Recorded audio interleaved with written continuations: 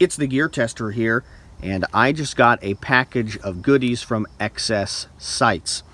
This is my second little package from them for T&E, and I just want to thank XS Sights for giving me these items to review.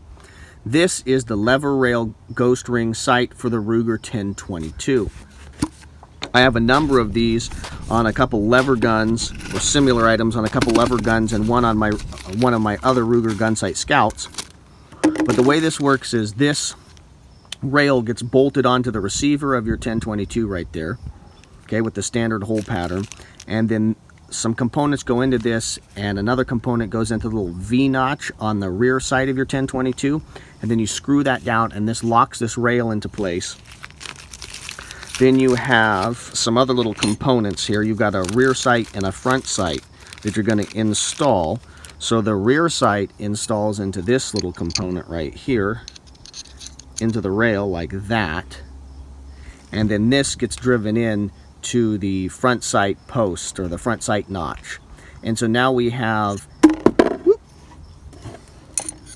we would have a 1022 that has iron sights that are visible. If you put the standard rail that comes on your 1022 on your 1022, you can no longer use the iron sights.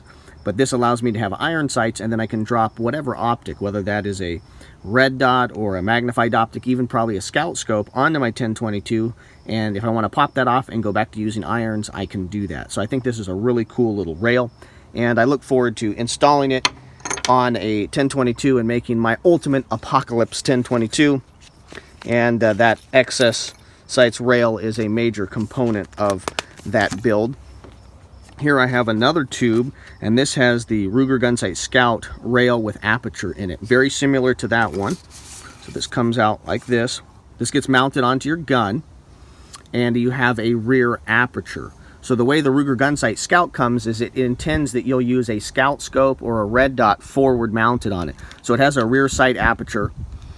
But if you want to attach standard scope rings on the gun, you have to lose that rear sight aperture, and I don't like that. So I want a standard scope on both of my Ruger Gunsite Scouts.